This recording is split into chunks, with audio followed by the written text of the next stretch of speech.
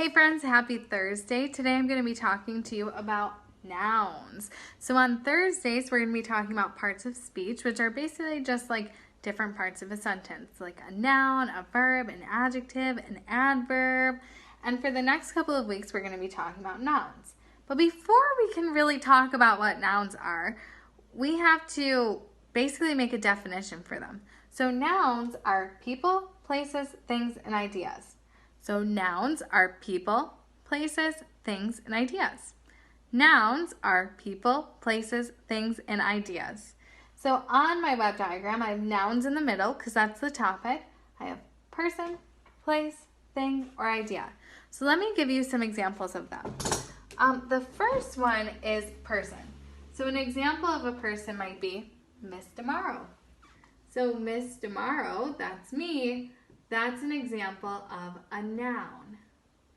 Another example of a person for a noun could be a cop. And there are many other ones like an emperor, a king, a diver, Jacques Cousteau, you, your mom, your dad, your aunt, your uncle. Those are all people, and people are nouns in sentences. The next type of noun is a place, because remember, nouns are people, places, things, and ideas. So an example of a place might be school, like the actual building. Another example of a place might be the ice cream shop. So basically, anything that is a place is a noun. So a place can be school, an ice cream shop, a mountain, a river, a hiking trail. It could be the chocolate store in our story that we're reading, The Chocolate Touch. So any place is a noun. Nouns are also things.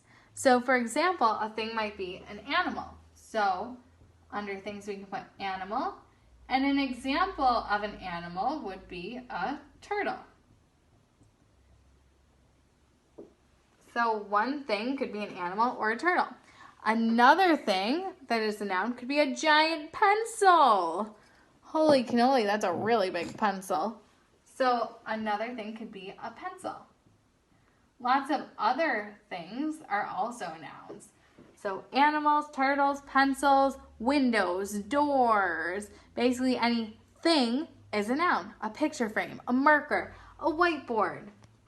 So nouns are mostly things that we can touch or see. So we can touch or see people, we can touch or see places, we can touch or see things. The only type of noun that we really can't touch or see, oops, sorry about that, my camera got a little crazy on me there. The only type of nouns that we can't really touch or see are ideas. These are things that we know exist, but we can't really touch them. So for instance, one idea might be bravery. So being brave. So we can feel that and we can understand that somebody might be showing bravery like Mulan. Another idea would be love. So you can feel love. You can tell if someone loves somebody else. But that's an idea. So nouns are people, places, ideas, and things. So we're going to hop back into our story, The Chocolate Touch. And we are reading chapter 3 right now. The last thing that happened was John eating all of the toothpaste out because it tasted like chocolate. It actually tastes exactly like that piece of chocolate inside of the golden box. And then his sister saw him doing it, so she went and told his mom. So now we're going to hear how his mom reacted.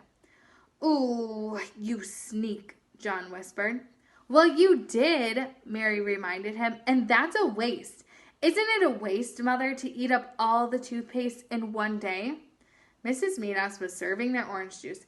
"Mary, really," she said. "I'm sure John was only joking. He must have been pretending to eat the toothpaste." I would probably think the same way that his mom was thinking, because why would somebody eat toothpaste? It's kind of gross. You could also probably get really sick from that. "No, he wasn't," Mary insisted. "I was watching, and I saw him squeeze it right into his mouth. He said it was chocolate." "Oh, dear," protested Mrs. Midas. "Chocolate again? Now I know it was just a joke. He just wished it were chocolate, Mary. Come now, drink up your orange juice, both of you. Your bacon and eggs will be ready in a minute. As Mrs. Midas left the room, John took up his glass of orange juice and put it up to his lips. As soon as he tilted it, and the liquid began to flow into his mouth, a happy look came into his eyes. Boy, that's good, he said at last, lowering his empty glass. Chocolate juice. Mary looked at John. Then she looked at her glass of orange juice. It was a bright orange color. She tasted it. It tasted like orange to her. It is not chocolate juice, she said. It's orange juice. Orange juice is good for you. So John went to go brush his teeth, and as soon as he put the toothpaste in his mouth, it tasted like chocolate. But really, he said before, it tasted gross. And now he has orange juice, but when he picked it up, he said it tasted like chocolate juice.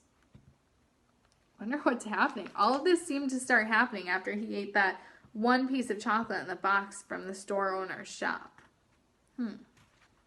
Yes, John, Mrs. Midas said, hearing the last few words as she carried in the tray of bacon and eggs. You must drink your...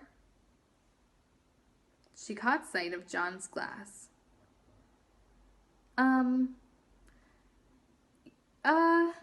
John, she said. You good boy. That's the first time in ages you've finished your orange juice without having to be told to. It tasted like chocolate, John explained. All right, Mrs. Midas said. Very funny, but don't tease Mary too much. Remember, Mary's younger than you are. John silently picked up his fork and sliced the yolk of his fried egg. The yellow broke over the white, and he shivered as he watched it, as he always did. Oh, I can't eat this, he told his mother. Of course you can, Mrs. Midas said. You drank your orange juice. Try to eat your bacon and eggs. John scraped up a small piece of the egg and put it in his mouth. It immediately became chocolate. Chocolate white and chocolate yolk. Both lovely, lovely chocolate. John mumbled. Chocolate egg! In almost no time, he finished every scrap of egg on his plate. Then he tried the bacon. The bacon turned to chocolate too. John had never before enjoyed his breakfast so much. After the orange juice that had turned to chocolate juice in his mouth and the fried bacon and egg that had turned to fried chocolate, he ate 2 slices of chocolate toast with chocolate butter and chocolate marmalade. Then he washed down his glass of chocolate milk. I'm very pleased with you this morning, Mrs. Midas said as she helped John on with his coat. If you promise to eat your lunch at school as well as you ate your breakfast, I'll give you a dime to buy some chocolates with. Oh, that's all right, John said. I don't think I'll need it. Mrs. Midas looked puzzled as she waved goodbye. So I'm a little bit confused on this part. I'm going to go back and reread a little bit because remember, that's a strategy good readers do. So sometimes when we're reading, we get lost in the sauce or we kind of forget to pay attention or something happened and we're not quite sure, we're a little confused. Let's go back and reread that part because even if you're not confused, it's a strategy good readers do. It helps us really think about the text. So I'm going to go back just a little bit to the part after he first tried his egg and it turned to turned to chocolate in his mouth, sorry. John had never before enjoyed his breakfast so much. After the orange juice that turned to chocolate in his mouth and the fried bacon and egg that had turned to fried chocolate, he ate 2 slices of chocolate toast with chocolate butter and chocolate marmalade washed down with a glass of chocolate milk. Do you think John's mom actually gave him chocolate toast? Do you think she actually gave him chocolate butter? What about chocolate marmalade? Marmalade is kind of like a jelly. Do you think she gave him chocolate marmalade? And do you think if she was trying to get him to stop eating chocolate, that she would give him chocolate milk? I bet she just gave him a piece of regular toast with regular butter, with regular marmalade and a regular glass of milk.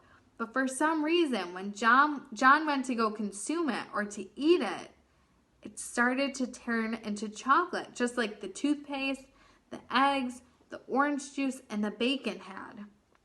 And then, even more peculiarly, or even more strangely, his mom said, "I'm very pleased with you this morning," Mrs. Midas said as she helped John on with his coat. "If you promise to eat your lunch at school as well as you ate your breakfast, I'll give you a dime to buy some chocolates." And John said, "Oh, that's all right. I don't think I'll need it." But we know from this beginning of the story that John has never turned down chocolate before. Never, because he loves it so much.